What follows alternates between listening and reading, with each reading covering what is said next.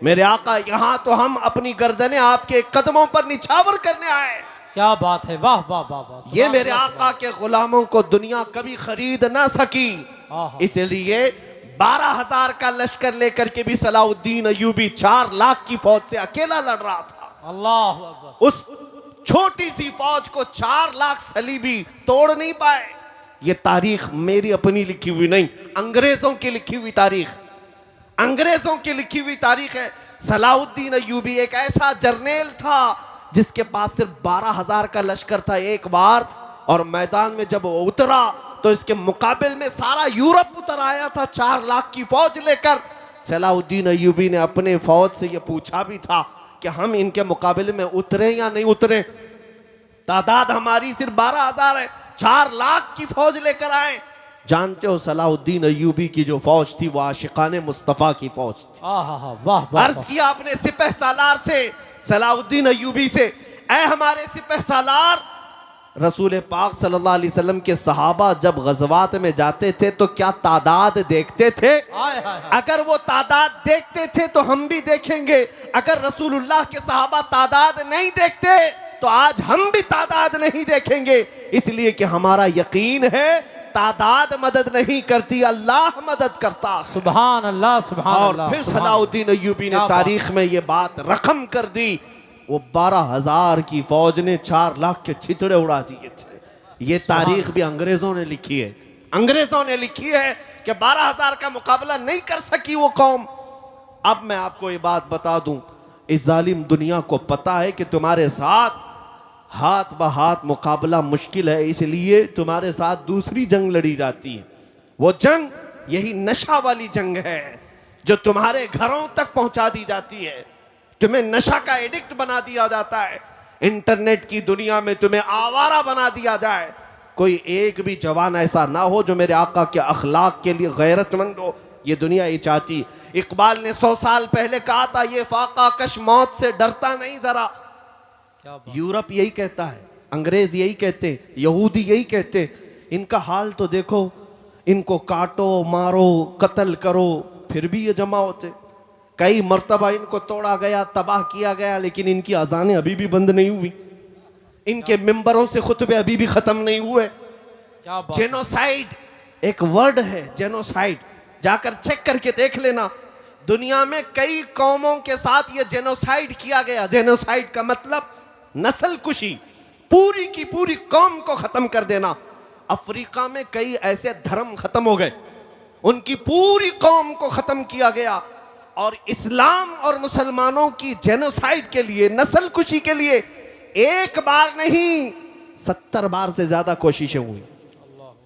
इस पूरे दौर में बड़ी बड़ी ताकतें लग करके कोशिश की हैं।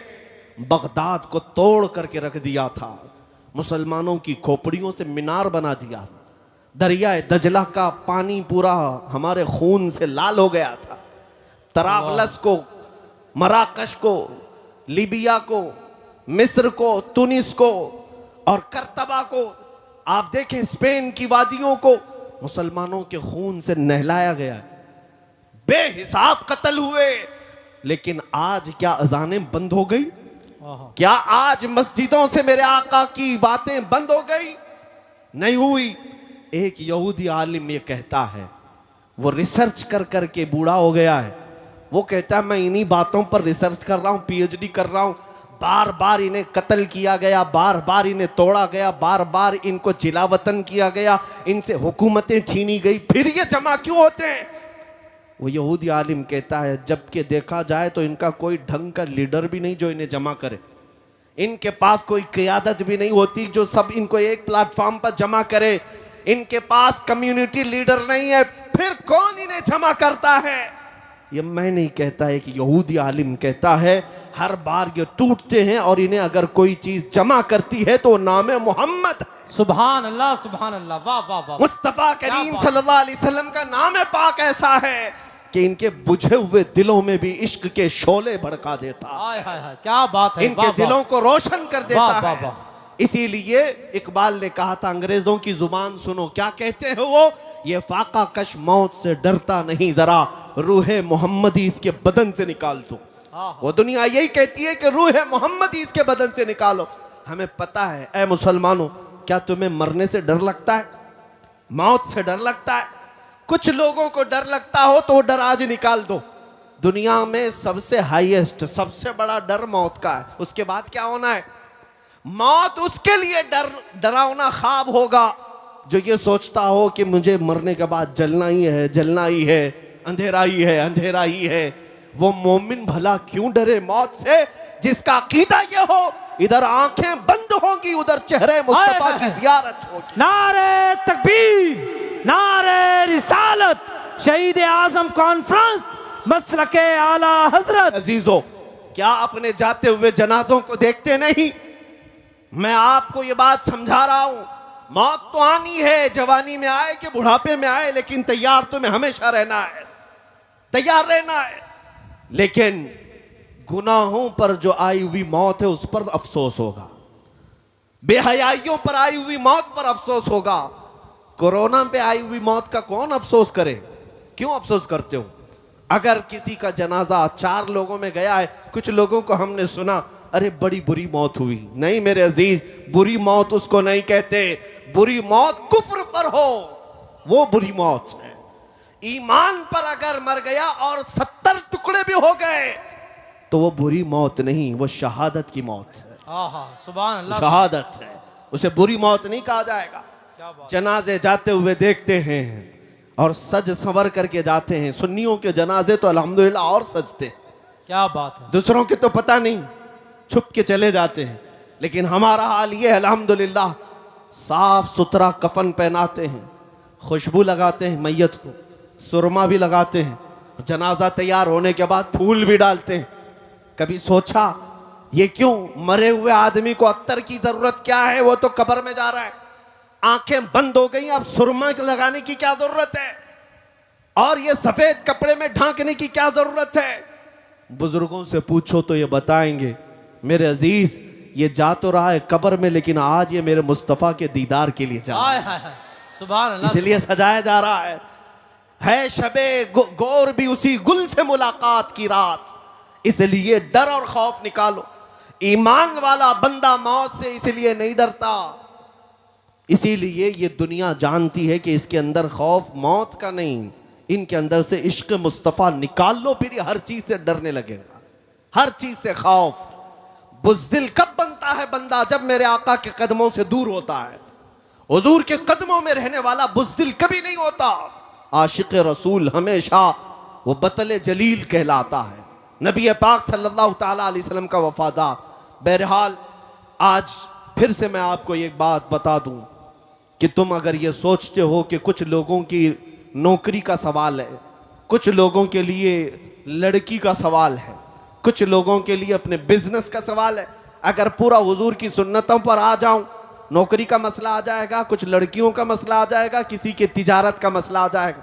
ये सब शैतानी वसवसे हैं जो तुम्हारे दिमाग में चल रहे हैं, सब शैतानी वसवसे हैं। अल्लाह रज़्ज़ाक़ हकीकी है और मेरे मुस्तफ़ा के कदमों से रिस्क क्यों नहीं मिलेगा? हमारा तो ये कहना है, आला हज़रत ने क्या सबक दिया, खल्क के हाकिम हो तुम, रिस्क के कासिम हो तुम। या रसूल अल्लाह, जो मिला तुमसे मिला, तुम पे करोड़ों दुरूद। क्या बात जब है। तुम्हें पता है जो कुछ भी मिलना है मेरे मुस्तफ़ा के सदक़े में मिलना है, तो फिर ये शैतान जो तुम्हारे दिमाग में डाल रहा है हुजूर की आदतों पर, हुजूर के अखलाक पर आऊँगा, दुनिया छूट जाएगी, दुकान बंद हो जाएगी, लड़कियाँ छोड़ जाएंगी। अगर ऐसी छोड़ती हैं तो छोड़ जाए, जो तुम्हें नबी पाक की सुन्नतों पर कबूल कर ले, इंशाअल्लाह वो यहाँ पर भी साथ होंगे, आखिरत में भी साथ। सुभान अल्लाह, सुभान अल्लाह, क्या बात है। हाँ, एक बात याद रख ले और ये बात भी समझ करके चलो, आज के बाद कल परसों जब भी मौत तो आनी है, मलकुल मौत रोजाना तुम्हारे इंतजार में है। जब वक्त खत्म होगा रूह खींच लेंगे और तुम्हारी आंखें बंद इतने बेयार और मददगार हो जाओगे कि दुनिया तुम्हें उठाकर कब्र की तारीक वादी में छोड़ आएगी। तुम्हें पता है, उस ऐसी तारीकी में छोड़ आएगी जहां तुम पुकार नहीं सकते, किसी को बुला नहीं सकते। एक हदीस मैंने पढ़ा, हुजूर फरमाते हैं मैयत को सबसे ज्यादा शौक या हसरत किस बात की होती है जानते हैं? कब्र में जाने के बाद मैयत ये चाहता है आप भी चाहेंगे, हम भी चाहेंगे। मरा हुआ आदमी कब्र में जाने के बाद सबसे ज्यादा इस बात की ख्वाहिश रखता है कि मेरे रिश्तेदार, मेरे दोस्त और अहबाब थोड़ी देर मेरी कब्र के पास बैठे रहें। वो जब तक बैठे रहेंगे उसे दिल का करार होगा, उन्स होगा। ये हदीस में है। लेकिन बैठता कौन है? सब छोड़कर चले आते हैं। करीबी दोस्त भी मिट्टी डालकर जल्दी से कब्रिस्तान से वापस घर आता है। अपने बाप का जनाजा ले जाने वाला बेटा भी तख्तियां बंद करके कब्र की मिट्टी डाल करके जब घर आता है, मैयत पुकार रहा होता है, उसे सब चीजों की खबर है। लोगों के चलने के चप्पल की आवाज तक मुर्दा सुनता है। लेकिन इतनी तारीक कब्र, हाथ उठाओ तो हाथ नजर ना आए। और ऐसे दफन करके आते हो, ना एक तकिया देते हैं, ना एक बोरिया, ना एक चादर, और ना कब्र में कोई रोशनदान सुराख, कुछ नहीं। ये बातें मैं क्यों कह रहा हूं? तवज्जो, जब तुम अपने दोस्तों को भी जाते हुए देखोगे, तो मैं दफन करने वाला बेटा भी जाते हुए देखोगे।